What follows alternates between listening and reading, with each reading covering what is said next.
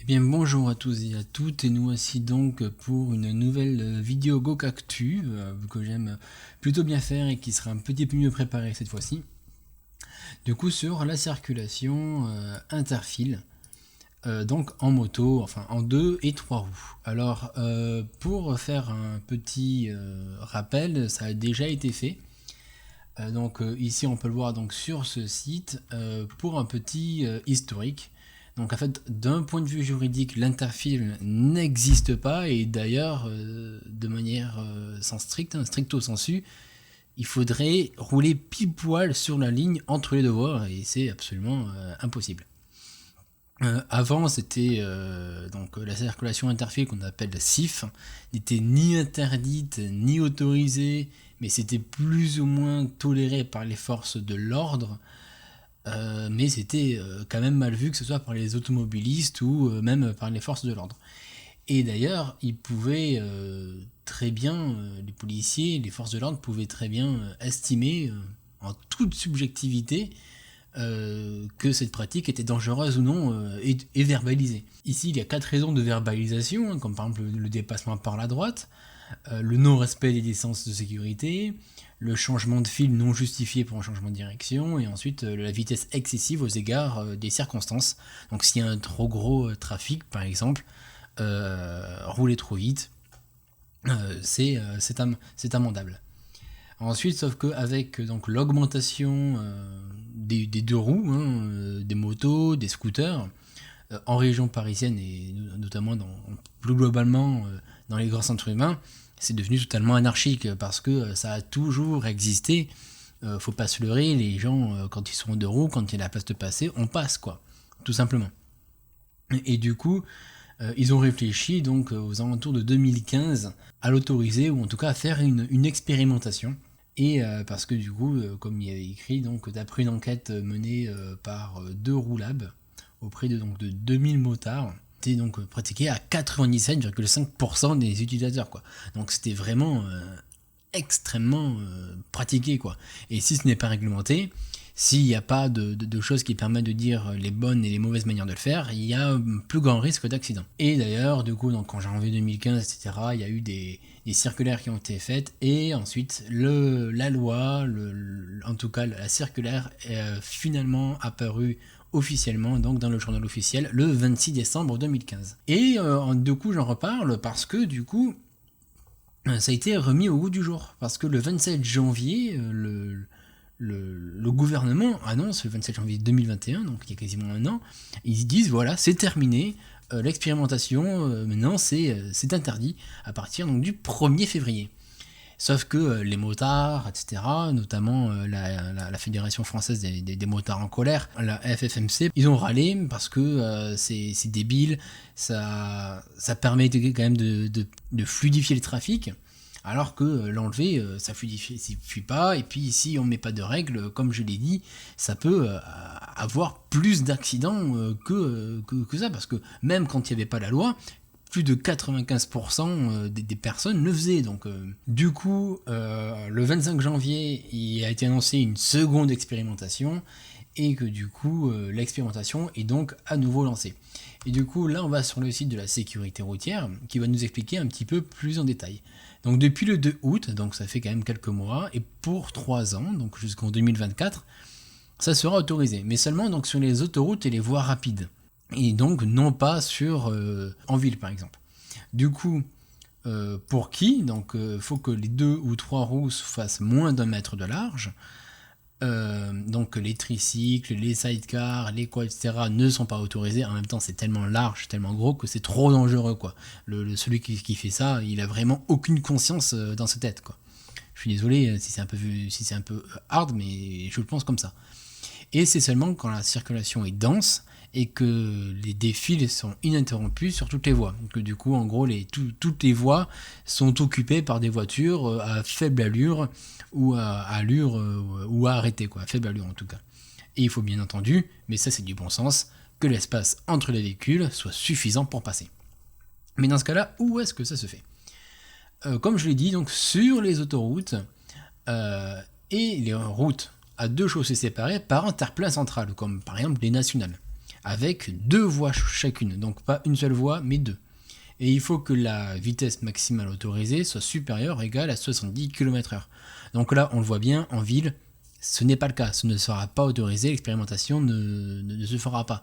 Même si on ne va pas se leurrer, ça se fera quand même, mais de manière hors expérimentation. Il faut donc que ça soit entre les 2 fils du véhicule situés le plus à gauche de la chaussée. Par exemple, si on retourne sur le schéma, donc ici, s'il y avait une 3e file, ce serait ici, mais pas ici, mais ici, quoi, sur la file, donc la plus à gauche.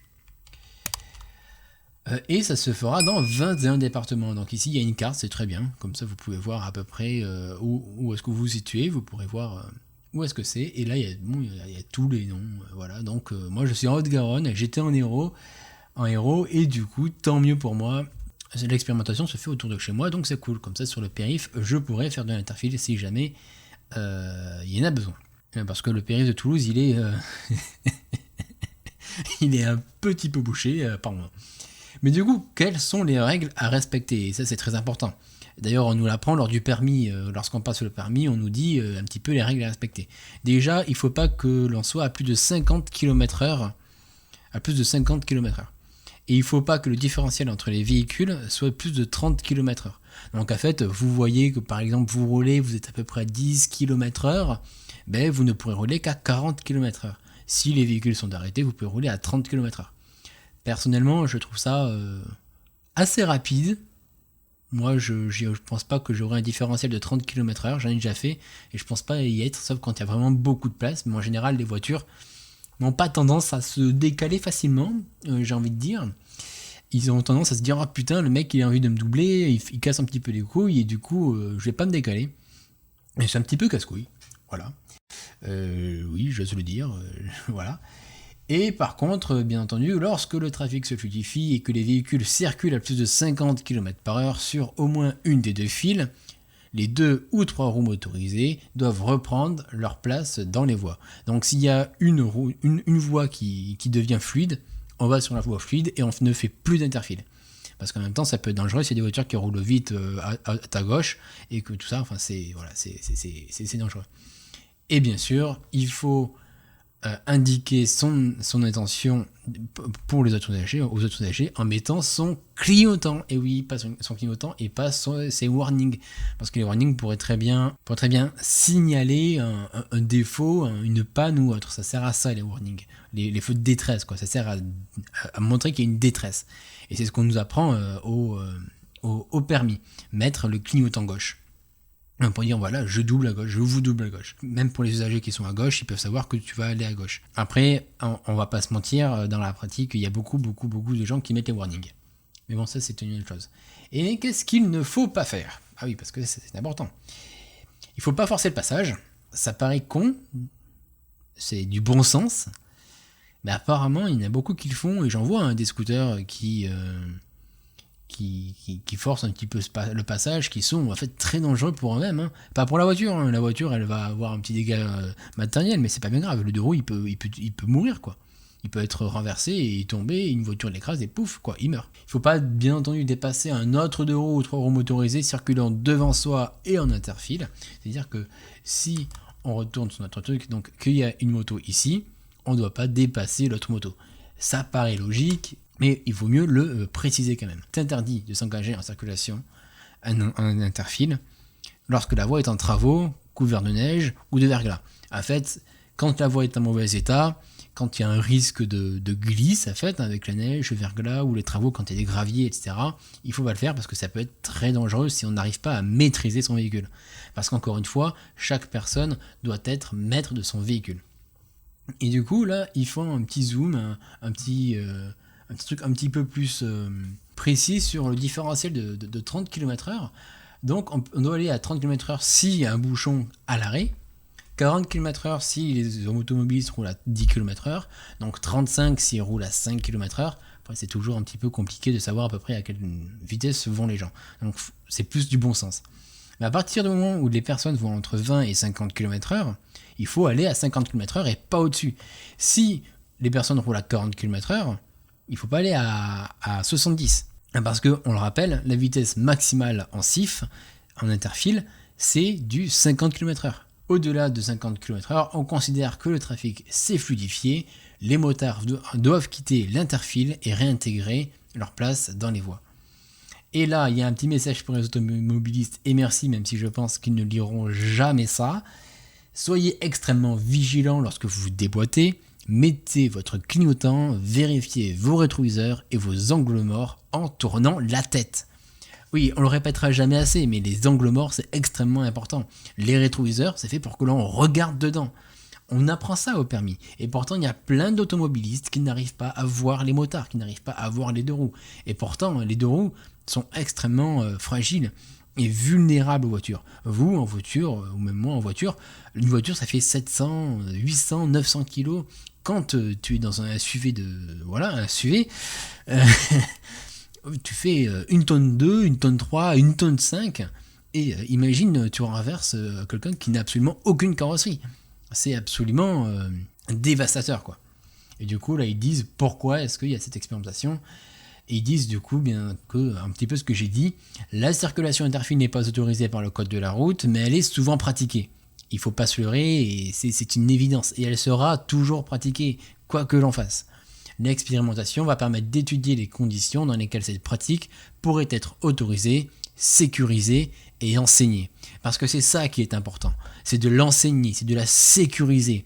C'est pour que ça ne soit pas de l'interfile sauvage, que ça ne soit pas des pratiques sauvages et des pratiques qui vont mettre à mal toute la circulation et créer plein d'accidents, créer des bouchons du coup s'il y a des accidents, tuer des gens, blesser des gens, etc., etc. Donc voilà, donc bien entendu, je vous mettrai en description les liens donc, de ceci ainsi que de ceci pour que vous puissiez avoir un petit peu tout le récapitulatif, et là en fait ils expliquent un petit peu tous les trucs qu'il y a, en gros il y a beaucoup d'informations que vous pouvez lire si jamais ça vous intéresse. En tout cas, j'espère que cette vidéo GoCactu vous aura plu. On se retrouve une prochaine fois pour une nouvelle vidéo. Allez, ciao!